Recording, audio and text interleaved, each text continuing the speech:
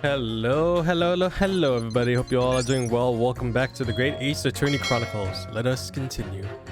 The victim puts on a fine performance, but in reality, he's a common thief of my gas company.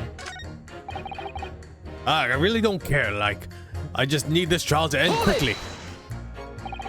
You keep talking about needing to take home some money. What's that all about, sir? Finish, lass. That's what it's all about. What's that?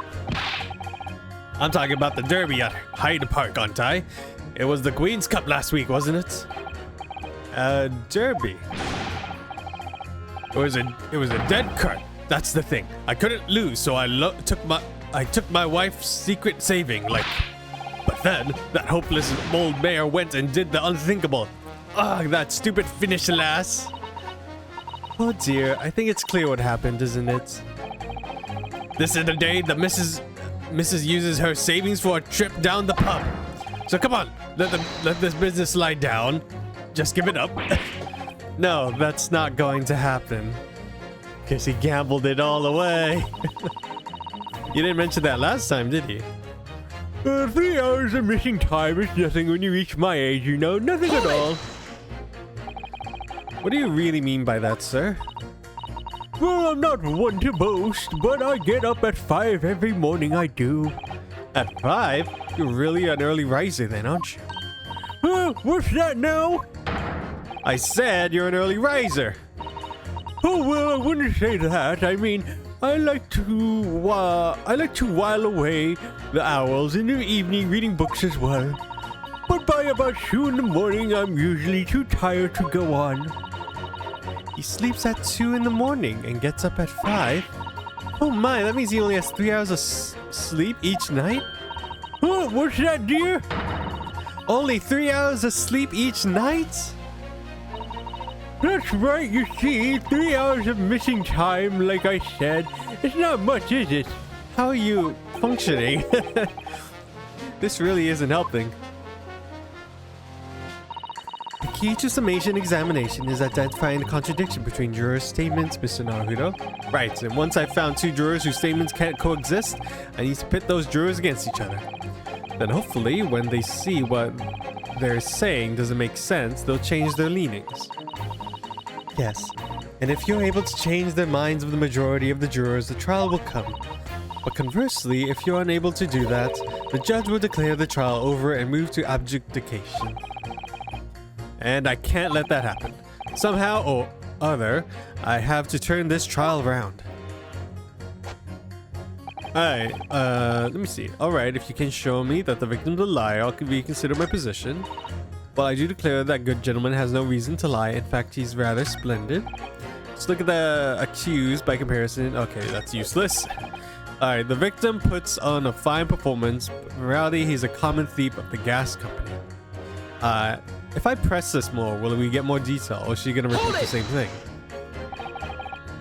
That's a bold claim. How can you be so sure? It's really very simple. Noble Lady Cass, I pray thee, hold thy tongue. I beg your pardon? Hath that rank odored air that doth out darkness illuminate any place in this assembly? Nay, 'tis of sole import here that someone would extinguish the lights of my own life. Verily, I ne'er recall stealing thy gas, but pray let the matter rest till anon. Why, you little... beg your pardon, my lady, but might I suggest you don't say any more at this stage? We need hard evidence first. If I keep secretly watching this bloke, I'll get him in the end. He'll slip up. Do you think maybe that secret's out of the bag? Oh, this is so frustrating. Oh gosh, Alright, well, these last 2 aren't really help. Maybe if I pit you against... I guess you... Well, let's try. You against this person. Objection! Those 2 statements are finally at odds with one another. Okay, no. That was the wrong one. Maybe I should have pitted at him.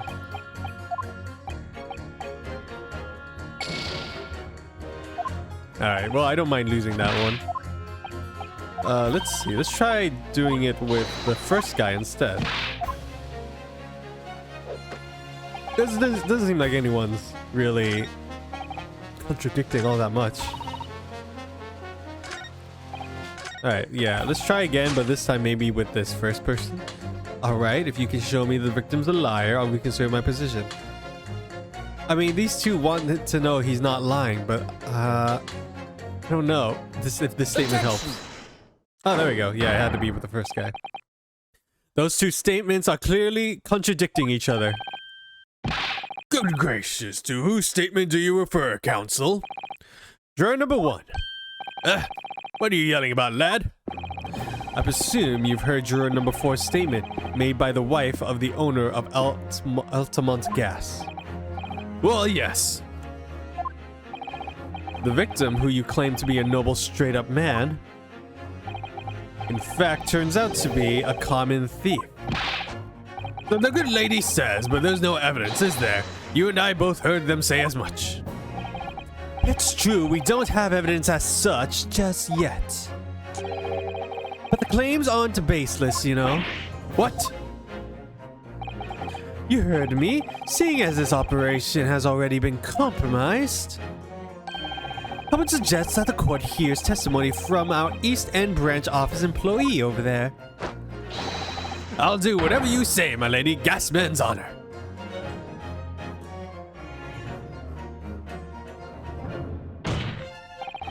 Juror number 1, you say you're a man of your word. If you could show that Mr. Shamspear was a liar, you assured me that you would reconsider your decision about the defendant's guilt. Yes, I did say that. As a man of honor, I'll hold to it, as I'm sure the other gentlemen of the jury will. Me? Oh, well, yes. Now that we found out the man's a liar, perhaps we ought to consider the matter further. Well, if I'm perfectly honest, I haven't heard half of what you've all been saying. So if that means we'll recap a few points, then that would shoot me down to the ground. Oh no, I'm not having any part of this. I want this trial over and done with. In that case, I also change my leanings. So, Mr. William Shamspear, if that's your real name, we of the jury demand to know exactly what kind of man you really are.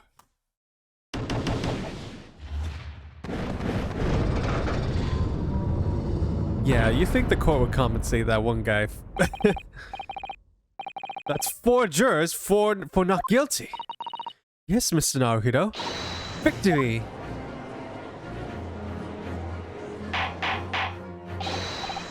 Order! Order! Well, this is quite extraordinary, I must say. As a result of the defense's summation examination, the jury leanings has changed. Now, only 2 jurors say guilty, whilst 4 say not guilty. I therefore declare this court to be in a state of disaccord and order the trial to continue.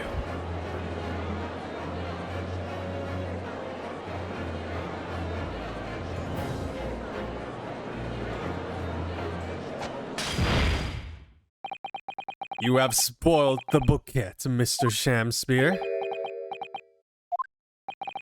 The ladies and gentlemen of the jury now find they are unable to trust you, the victim.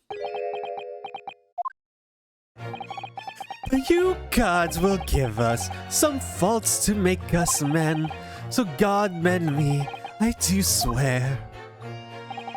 This gasman speaketh that which concerns him most, not but gas, not but thin hair. It burneth bright a while, but it hath no substance, and it doth reek foul. Oi, what did you say? Do I take it, Mr. Shakespeare, that you deny the allegations of gas thievery? Most heartily, my lord. Hast thou forgot I am a seraph and angel, noble of mind, sweet of nature, and verily, honest of heart. Ah, you flowery mouth pompous beanpole, just cause I haven't got the evidence yet. Mr. Shamspear, if in fact you are not noble of mind, sweet of nature, or honest of heart, if you are a liar, then your testimony should have no sway in this courtroom. It is my considered opinion that at the present time, no other possible culprit of this crime has been identified. All testimony heard by the court thus far heavily implicates the defendants. In short, it would not be unreasonable at this stage for me to rule on the case. Oh no. However, in the light of the fact that the jury has expressed concern about the fidelity of this witness, I do believe it would be inappropriate for this court not to pursue the point further. Objection!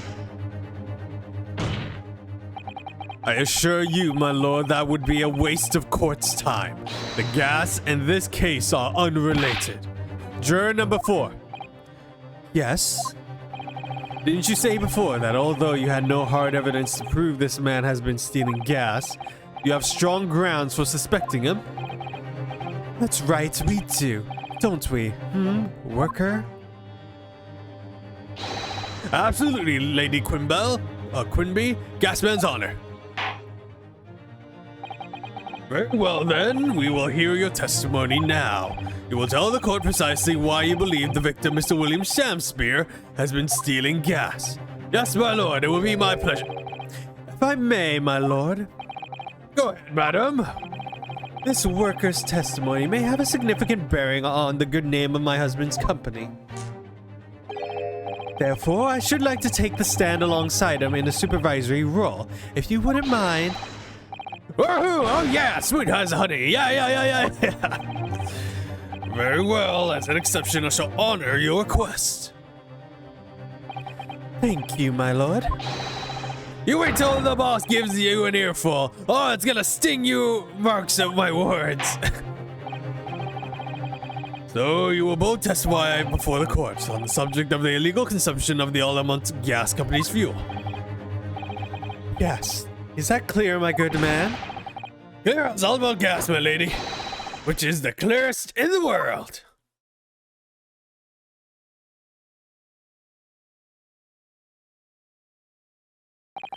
Do you think the gas has gone to his head, Mr. Sato? I think the man is just a very dedicated employee, Mr. Naruto.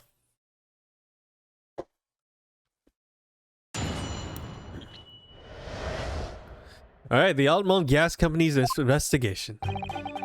I'm proud to be the company's East End branch investigator and meter money collection agent.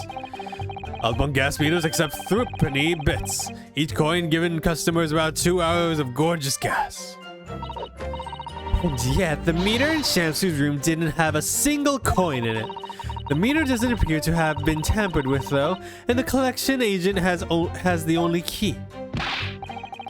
Somehow he's using all the flaming gas he wants without paying a penny. If that's not thieving, what is?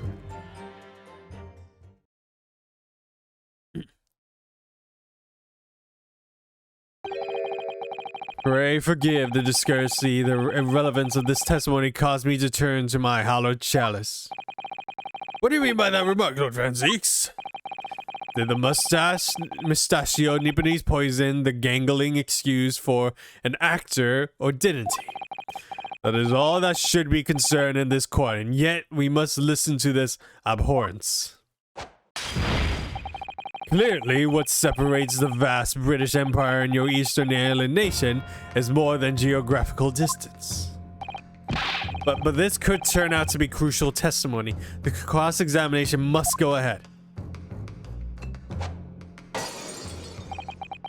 You do what you will. Lord Van Zeeks appears to be in a violent mood. Yes, he does. An attempted poisoning and an incident of gas theft with no supporting evidence. It's true that they would appear completely unrelated at first glance, but I wonder, the truth tends to be buried in the most unusual places. And the first steps in uncovering it will be to establish just who and what this man really is.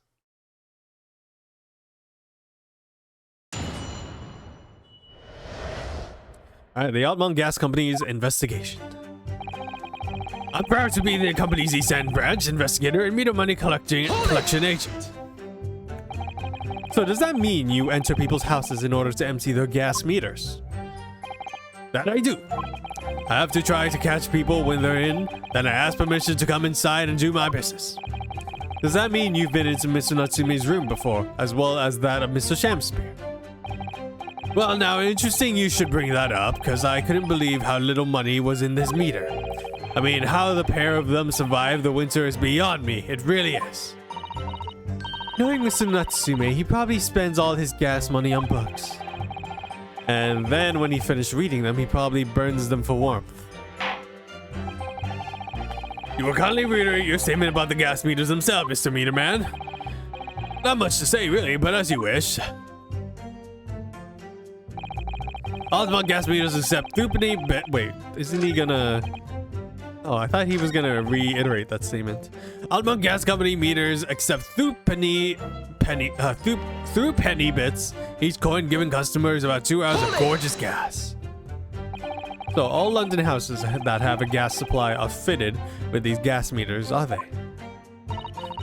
They're the latest model, the height of technology developed by our company Altamont Gas. And anyone who uses our gas will have one of these meters in their property, yes. So, if a 3 pence coin gives you 2 hours of gas, most people would use about 3 coins in a night. A bit more than that, usually, if they have both gas lights and a gas stove, that is. Thinking about it, Saseki doesn't have a fireplace in that room of his, does he? Some people still choose to use candles, of course, and only have gas for heating. Ah, yes, I do remember seeing candles in Mr. Natsume's room, actually. And so how does the money in the meter get back to you at the gas company? Every 3 days, gasmen like me visit properties on the gas supply and empty the meters of coins. I must say the design and manufacture of the new meter costs the company an awful lot of money. Happily, it did put a stop to people not paying their dues for the most part. Ah, because they have to pay in advance, you mean? Yes, exactly right. Yet the meter in Mr. Shamspear's room didn't have a single coin in it. Out of interest, how long has this been going on? Weeks and weeks. He's been pinching gas off us for ages. And you examined the meter in Mr. Shamspear's room, I take it? Naturally, we took it off the wall and went over it with a fine-tooth comb. And found nothing suspicious at all, I presume. No, I'm afraid we didn't. Which is exactly why I demand a new type of meter to be produced. One with an indestructible lock. The Shamspear Special. That sounds like it would have cost an awful lot of 3 pennies then. But even after all that, the rascal's meter was still empty. I'll never forget the humiliation. When I opened the money box and found it bare. You what? I said? You what? And the look on his face, that smarmy smile of his. Ah. I pulled the meter straight off the wall and took it back to the office. But you know what? Nothing. Not a trace of it being jemmied, opened anywhere, not a single sign. What's happening to my salary as a result? Down to 3 shillings a day, that's what? A life-threatening situation in a number of ways. Incidentally, what became of the meter? Nothing became of it. You still got it. Oh. Right here. Wait, what's the one currently on the wall then? No one did call you the meter man. I think it would be prudent for the court to secure this item while the trial's ongoing. Alright, well, we got the gas meter that we can take a look at. Where's my court records? There they are. Oh, I can't examine it. That's weird. Alright, a meter that dispenses gas for a set time after a coin is inserted. It sports a very strong lock, developed specially with Shamspear in mind. Wait, what's this green thing over it? Isn't that the same thing we've seen before? That's a very sturdy looking padlock, isn't it? The money box is sealed with beeswax too. So if Mr. Sholmes were to get up to any mischief, he'll be found out immediately. Mr. Naruto, mischief of that kind is not the sort of thing Mr. Sholmes would. You know, you didn't finish that sentence, did you? Well, anyway, it's understandable that gas companies would want to safeguard the money that's rightfully theirs. But it doesn't feel a little over the top, doesn't it? Let's see, anything... Oh wait, what is this hole? Oh, what's that? Have you spotted some, Miss Naruto? Just here, there's a little hole. Do you see it? Oh goodness, you're right. I wouldn't have noticed. It's not a very neat hole, is it? Not professionally made, I say. So if you think about it, it might have been opened up by Shakespeare. Possibly. It seems that people at Almond Gas must have missed it. Well, it certainly seems to go all the way through the inside. Yes, but there's no way a coin could fit through there. That's true, but even so, it seems more than a little suspicious. How did they miss that? Alright, anything else that they could have missed? No, that seems like that could be it. This looks like the same thing that was on the back of this bar soap.